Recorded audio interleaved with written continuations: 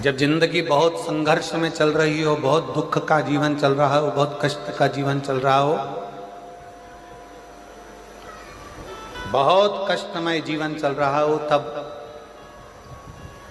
शमी के 5 पत्ते, शमी के 5 पत्ते एक दुर्वा के साथ एक अक्षत चावल का एक दाना, वो भी हल्दी में भिंगोया हुआ हो या केसर में भिंगोया हुआ हो,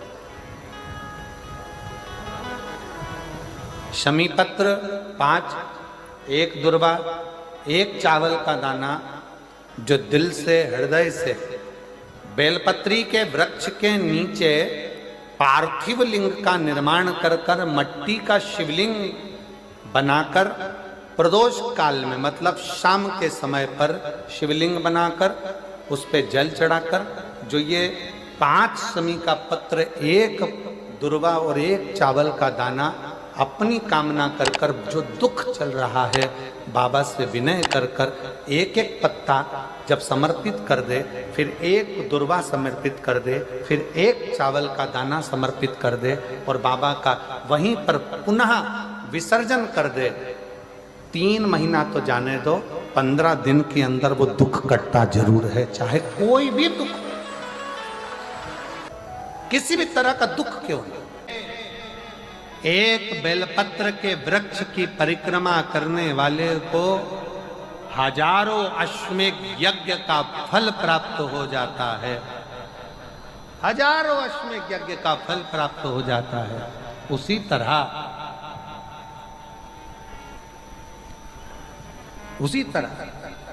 एक पार्थिव लिंग का निर्माण करने वाले को, मिट्टी का शिवलिंग का निर्माण कर कर पूजन करने वालों को 12 ज्योतिर्लिंग के शिवलिंग के दर्शन का पुण्य फल प्राप्त। बहुत ध्यान लगाकर सुनिएगा। एक बेलपत्री और उस बेलपत्री में एक चंदन की बिंदी और एक अक्षत का दाना मात्र रखकर भी अगर शिवालय पर चढ़ा दी जाती है, एक बेलपत्री, एक चंदन का बिंदी, और चंदन फिर निवेदन करेंगे। आज के जमाने में तुम लोग सब घिसा घिसाया, पड़ा पड़ाया, डब्बी का सामान ले लेकर, वो नहीं, चंदन की मुठिया रखो, थोड़ा सा भी घिसो, जरा सा भी घिसो, उसकी एक बिंदी और एक चावल का दाना, जब हम भगवान देवाधिदेव महादेव को समर्पित करते हैं, अपनी कामना कर कर समर्पित करते हैं, तो निश्चितता है, महापुराण की कथा कहती है, शंकर भगवान उसका फल शीघ्र प्रदान कर देते हैं। भले आपने कुछ करा ना करा, उसका फल तुम्हें मिल जाता है। में जाना, लोटा भरकर जल समर्पित करना, और कभी तुम्हारे जीवन में अगर तुमको लग रहा है कि मैं दुखों से पीछा छूट ही नहीं रहा, तब उस जगह पर बेलपत्री के मध्य भाग में पीला चंदन, ये जो पत्ती है और ये 2 पत्ती हैं, ये बड़ी पत्ती और ये बीच की जो 2 पत्ती हैं, इसके बीच में जो डंडी का भाग रहता है, जो बीच में डंडी का जो भाग है, बड़ी पत्ती और ये 2 छोटी पत्ती के मध्य में जो डंडी का भाग है, उस डंडी के भाग में पीला चंदन और एक अक्षत पीला, शंकर भगवान को आप अगर प्रदोष काल में समर्पित कर रहे हैं, तो ये निश्चित है कि धीरे धीरे कर कर वो दुख समाप्त होगा, वो दुख कटेगा ही। प्रगत वर्णन किया गया शंकर भगवान की आराधना में, शिव की आराधना में, जब तुम्हें लगता है कि तुम्हारा व्यापार नहीं चल रहा, कोई तुम्हें धोखा दे रहा है, लक्ष्मी नहीं आ रही, बहुत चिंता में पड़े हुए हो, बहुत टेंशन में जिंदगी चल रही है, बहुत बीमारियां तुमको घेर ली है और चारों तरफ अंधेरा ही अंधेरा नजर आ रहा है, तुमने विचार करा अब मैं तो मर जाऊं तो अच्छा, मैं सुसाइड कर लूं तो अच्छा, मैं मर जाऊं तो अच्छा, तो मरने से पहले एक काम कर कर देखना, शंकर भगवान की आराधना कर कर देखना, शिव पर एक लोटा जल चढ़ा कर देखना, और ज्यादा चिंता, ज्यादा टेंशन हो तो बेलपत्री के जड़ को घिसकर उसका चंदन बनाकर शंकर को लेपन कर कर उसकी भी आराधना कर कर देखना कि बेल चंदन का फल क्या। बेलपत्र, एक बेल, ये कोई साधारण नहीं, एक बेलपत्र एक बेल, ये कोई साधारण नहीं, एक बेल। इसकी नीचे की डंडी से लेकर ये दो पत्तियां जहां लगी हैं और दो पत्ती से लेकर ये बीच की जो पत्ती है उसमें जो गैप है, उसमें जो जगह है, दिख रही है आपको? ये दो पत्ती से लेकर बीच की पत्ती के बीच में जो जगह खाली रहती है, 33 कोटि देवी देवताओं विराजमान रहते हैं इस बीच की जगह में। जब शिव जी को चढ़ाया जाता है तब इस पत्ती के बीच की जगह शंकर के शिवलिंग पर रखा जाता है, तो शिव जी इतने प्रसन्न होते हैं कि मेरी स्तुति करने के लिए ये भक्त 33 कोटि देवताओं को लेकर आया है, मेरी स्तुति करने के लिए। लोग चावल लाए, लोग अंबारियां लाए, धन लाए, दौलत लाए, संपदा लाए, पर एक शंकर का भक्त ऐसा होता है जो एक बेलपत्री के रूप में 33 कोटि देवताओं को, 64 योगिनियों को, आदि शक्तियों को शंकर को समर्पित करता है। कितना सुंदर संवाद है, कितना सुंदर बात कही कि भूल से भी किसी तीर्थ में नहीं गए, कहीं हमने गौदान नहीं करा, कहीं हम किसी तीर्थ में नहीं गए, हमने कहीं गौदान नहीं करा, हमने कहीं ब्राह्मण भोजन नहीं कराया, हम कहीं गंगा यमुना कावेरी सरस्वती नर्मदा छिपरा पुण्यवान नदी में हम स्नान नहीं कर पाए। शिव महापुराण की कथा कहती है भूलवश भी अगर पिपलेश्वर या बटकेश्वर किसी शिवालय पर भूल से भी अगर एक लोटा जल चढ़ जाता है तो देव अधिदेव महादेव सारे तीर्थों का फल अपने आप प्रदान कर देते हैं। भूल से भी चढ़ गए।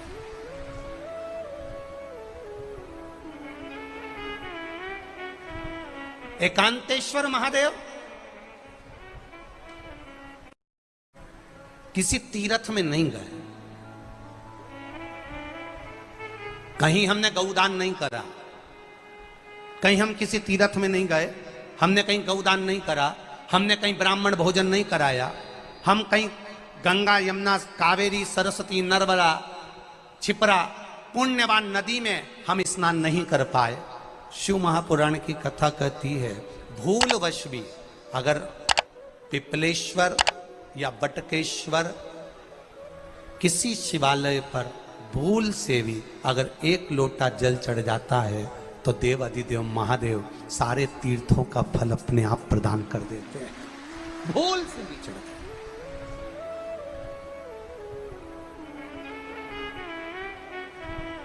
एकांतेश्वर महादेव जो कि एकांत में बैठा हुआ है, एकांतेश्वर महादेव अकेला बैठा है अलमस्त होकर। आप जा रहे हो गाड़ी लेकर, आप 4 व्हीलर गाड़ी में जा रहे हो, ट्रैक्टर में जा रहे हो, ट्रॉली में बैठकर जा रहे हो, क्रूजर में बैठकर जा रहे हो, 2 व्हीलर गाड़ी में बैठकर जा रहे हो, और एकांतेश्वर महादेव का मंदिर दिख गया कोई एकांत में, भले उसका नाम नहीं मालूम तुमको कि कौन सा महादेव, और अकेला बैठा है जंगल में वृक्ष की छांव में एक ओटले पर, कोई दीवार नहीं, कोई जाली नहीं, कोई गेट नहीं, कुछ भी नहीं। ये शिव मंदिर में जाकर एक लोटा जल समर्पित करती थी, और शास्त्र कहता है कि शंकर के मंदिर में अगर एक लोटा जल कोई एक परिवार का व्यक्ति भी समर्पित कर रहा है तो समझ लेना कि वो अपनी 71 पीढ़ी को पार लगा रहा है। वो अकेला नहीं, 71 पीढ़ी को पार लगा रहा है। शिव महापुराण की कथा कहती है जब बच्चा गर्भ में आता है, माता के गर्भ में जब संतान आती है और माता के गर्भ में जब संतान रहती है, उस 9 महीने में स्त्री नारी अगर कहीं शंकर के मंदिर के सामने से निकल जाए, या शिवालय का जल स्त्री को मिला हो, या शंकर भगवान का कोई प्रसाद, या शंकर भगवान का कोई नाम जाप, या शंकर भगवान का कोई मंत्र जाप उस स्त्री के कानों में पहुंच जाए, तो जो गर्भ में बच्चा होता है वो बच्चा शंकर की कथा तक या शिवालय तक उसको बिना बोले ही वो अपने आप चला ही जाता है, पहुंच ही जाता है। उस गर्भ में रहने वाले बच्चे को भगवान शंकर के मंदिर के सामने से भी कोई गर्भवती स्त्री निकल कर चली जाती है तो उसका भी फल उसको प्राप्त हो जाता है। उसका भी फल उसको प्राप्त हो जाता, और वो फल साधारण नहीं होता। क्यों? बेलपत्री को जब भी चढ़ाया जाता है तो पीछे की डंडी पकड़कर नहीं चढ़ाया जाता। बेलपत्री को चढ़ाने के लिए मध्य भाग को, जैसे यह बेलपत्र होता है तो इसका मध्य की जो डंडी होती है, मध्य भाग होता है बेलपत्री का, तब मध्य भाग को पकड़कर हम भगवान शंकर को बेलपत्र समर्पित करते हैं। कोई भी बेलपत्र ऐसे नहीं चढ़ाता कि डंडी पकड़ के चढ़ा दिया, फिर पीछे की डंडी पकड़ के चढ़ा दिया, फिर पीछे की डंडी पकड़ के चढ़ा दिया, फिर डंडी पकड़ा, फिर चढ़ा दिया ना। मेरे देवादिदेव महादेव को जब भी बेलपत्र चढ़ाया जाता है तो मध्य भाग, पीछे की डंडी पकड़कर नहीं, मध्य भाग से भगवान शंकर को बेलपत्र समर्पित किया जाता। मध्य भाग से जब भी पकड़ेंगे तो मध्य भाग को पकड़कर बेलपत्र समर्पित करेंगे। क्यों?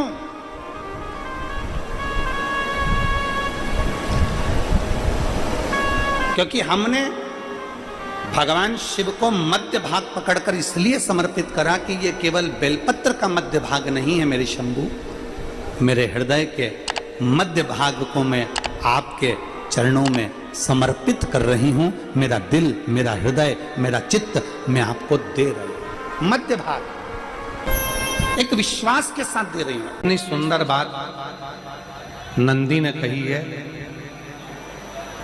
नंदी ने ये बात जो कही वो वास्तव में बड़ी सुंदर है कि मान लो यदि कोई कार्य तुम्हारा हो नहीं रहा और पूरी दुनिया में तुमने कर कर देख लिया, बहुत प्रयास कर कर देख लिया, तो भी वो कार्य अगर तुम्हारा नहीं होता, तो फिर एक काम करो कि शिव की स्तुति करो, शंकर की स्तुति, शंकर का गुणगान, शंकर की भक्ति, शंकर का स्मरण।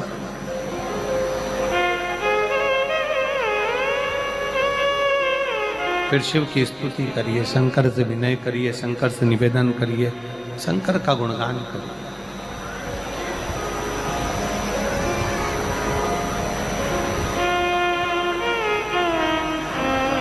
पर भगवान की भक्ति होती कब? जितने आस्था चैनल पर कथा सुन रहे हैं, जितने फेसबुक यूट्यूब पर कथा सुन रहे हैं, जितने पंडाल में बैठकर शिव भक्त कथा को रसपान कर रहे हैं, उनसे निवेदन करूंगा कि शंकर की भक्ति होती कब है, शंकर का स्मरण कब होता है, शंकर की भक्ति कब होती है, शंकर की कथा सुनने में मन कब लग सकता है? जब अपने भीतर की अभिमत्ता, अपने भीतर का अहम, अपने भीतर का अहंकार, अपने भीतर की आसक्ति, अपने भीतर का काम, अपने भीतर की तृष्णा जब दूर हो जाए तो समझो कि आप शिव में मन लगा बैठे। कितने सारे लोग बैठे हैं यहाँ पर कथा में, सब पंडालों के अंदर लोग शिव भक्त बैठे हुए हैं। कई लोग ऐसे भी होंगे जिनका आकर बैठ तो गए पर दिल नहीं लगता। दो जल व्यक्ति के जीवन को बदलते। कितने जल? जम के बोलो जरा। दो जल। एक देवादिदेव महादेव के लिए भरा गया एक लोटा जल, और दूसरा है स्वयं के लिए भरा गया एक लोटा जल। यहाँ पर अगर बुजुर्ग मेरी माताएं बैठी होंगी, मेरी जीजियाँ बैठी हैं, मेरे जीजा बैठे हैं, बुजुर्ग जितनी माताएं बैठी हैं, वो पुराने समय का अगर लेख उठाकर देखेंगे तो पुराने समय के लोग भोजन करने बैठते थे ना, तो भोजन करने से पहले अपने पानी के लोटे को भरकर, अपना गिलास भरकर बैठते थे। किसी ने देखा है कि नहीं देखा? जम के बोलो जरा, देखा है आप लोगों ने? पुराने समय के लोग जब भोजन करने बैठते थे, पुराने समय के लोग जब भोजन करने बैठते थे तो अपना पानी का गिलास, अपना पानी का लोटा पहले भरकर आसन लग जाता था। बहू आसन लगा देती थी, बहू खाना बना देती थी, घर की पत्नी खाना बना देती थी, भोजन बना देती थी, घर के लोग भोजन दे देते थे। थाली कोई भी लगा कर ला कर दे, थाली कोई सजा कर ला कर दे, पर घर का जो व्यक्ति खाना खाने बैठता था, भोजन करने बैठता था, वो अपना पानी स्वयं भर कर बैठता था।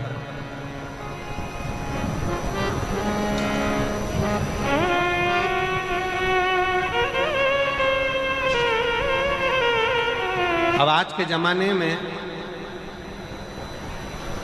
दुनिया के लोग कहते हैं मैं दुकान चला रहा हूं, दुनिया के लोग कहते हैं मैं घर चला रहा हूं, दुनिया के लोग कहते हैं मैं ये कर रहा हूं। तुम अपना खुद का पानी भरकर तो बैठ नहीं रहे और कह रहे हो कि घर चला रहा हूं। स्वयं का एक गिलास पानी व्यक्ति नहीं भर पा रहा। कितना सुंदर कहा है महाराज जी, बहुत सावधानी से सुनिएगा।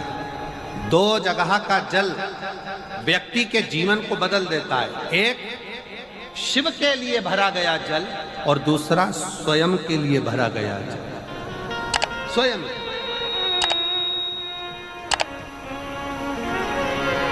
शंकर के मंदिर में जा रहे हो, एक लोटा जल अपने घर से भरकर लेकर चले जाओ और अपने घर में जब तुम भोजन करने बैठ रहे हो, जब तुम रोटी खाने बैठ रहे हो, भोजन करने बैठ रहे हो, भोजन ग्रहण करने बैठ रहे हो, जब तुम भोजन को ग्रहण करने के लिए बैठ रहे हो, तब अपने घर में जब तुम भोजन ग्रहण करने बैठ रहे हो तो एक लोटा जल या एक गिलास पानी भर कर बैठो। बहू अच्छी है, पानी भरेगी, मना नहीं है। बेटा अच्छा है, पानी भरेगा, मना नहीं है। पोता अच्छा है, पोती अच्छी है, नाती अच्छा है, पंती अच्छा है, घर में सब अच्छे। तुम्हारी पत्नी भी अच्छी है, तुम खाना खाओगे तो वो पानी ला कर दे देगी। तुम्हारी बहू भी अच्छी है, तुम भोजन करोगे तो वो पानी ला कर दे देगी। तुम्हारा परिवार का हर व्यक्ति अच्छा है, तुम्हारा कहना मानता है। तुम जिमने बैठोगे, भोजन करने बैठोगे तो वो पानी ला कर देगा। पर शिव पुराण की कथा कहती है, जो व्यक्ति भोजन करते समय अपना जल स्वयं भर कर बैठता है, उसकी जिंदगी में से 3 रोग समाप्त हो जाते हैं। कितने रोग समाप्त हो जाते हैं? 3।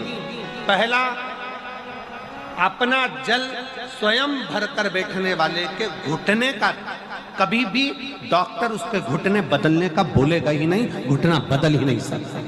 स्वयं का जल भर कर बैठे। दूसरे नंबर पर, जिसकी रीढ़ की हड्डी में कमर से लेकर कंधे तक जिसकी हड्डी में दर्द होता हो, या जो सुबह सुबह सोकर उठता हो और उसके कंधे दुखते हो या पीठ दुखती हो। दूसरे नंबर का रीढ़ की हड्डी का दर्द। और तीसरे नंबर का, डॉक्टर को दवाई खा खा कर परेशान हो गए और आधा सिर का रोग, भुकुटी, ये भौएं दुखती हो, सिर दुखता हो, ये कान के पास का दर्द होता हो, तो अपना भोजन करते समय अपना पानी स्वयं भर कर बैठो। आपको ये 3 रोग से मुक्ति अपने आप मिलना प्रारंभ हो, अपने आप। अब किसी ने कहा, गुरुजी पत्नी पानी ला कर देती है, पति पानी ला कर देता है, बेटा पानी ला कर देता है, बहू पानी ला कर देती है, पोता पोती पानी ला कर देते हैं, नाती पंती पानी ला कर देते हैं, नौकर लगे घर में वो पानी ला कर देते हैं, सेवादार लगे घर में वो पानी ला कर देते हैं, तो हमको पानी लाना क्यों जरूरी है? तो अग्नि पुराण में वर्णन आता है कि जो घर में पानी जिस मटके में भरते हो, जिस हंडे में भरते हो, जिस बाल्टी में भरते हो, जिस टंकी में पानी भरते हो, पीने का पानी जिस हंडे में, मटके में, बल्टोई में, जिस गगरे में तुम भरते हो, वो स्थान पितरों का स्थान रहता है। जब हम पानी भरकर भोजन करने बैठते हैं तो हमारे पितर भी उस स्थान पर आकर निश्चित जगह पर बैठते हैं, और जब हम भोजन ग्रहण करते हैं तो हमारे पितरों के भाव का आशीर्वाद हमारे ऊपर पड़ जाता है, जिससे हमारे 3 दर्द समाप्त हो। स्वयं भरो, स्वयं।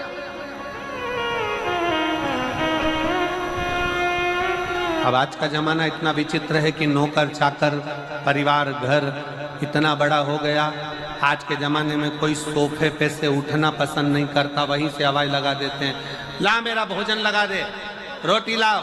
रोटी आई तो मालूम पड़ा पानी ला कर रखा बहू ने। वो बहू ला देगी, बहुत अच्छी है, बहू बेकार नहीं है, बहुत अच्छी है, बेटी बहुत अच्छी है, ला देगी पानी, भोजन भी लाएगी, पानी भी लाएगी, सब कुछ लाएगी। पर पहला फर्ज अपना है, जब तक शरीर चले, पांव चले, हाथ पैर चले और तुम पलंग पर नहीं पड़े हो, तुम्हारा शरीर अगर चल रहा